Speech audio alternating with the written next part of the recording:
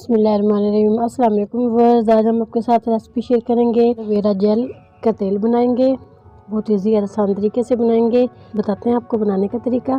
कैसे मसाज करें इसका। माशाल्लाह से 2 मिनट के लिए मैंने इसका मसाज किया है।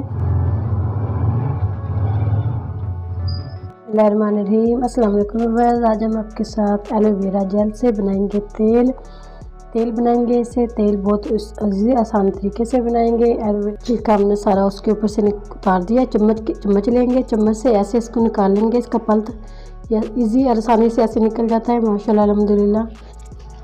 2 से 3 मिनट के लिए ऐसे मसाज करें इसका। माशाल्लाह से 2 मिनट के लिए मैंने इसका मसाज किया है। इतनी नरम और खूबसूरत जल्द हो जाती है इससे।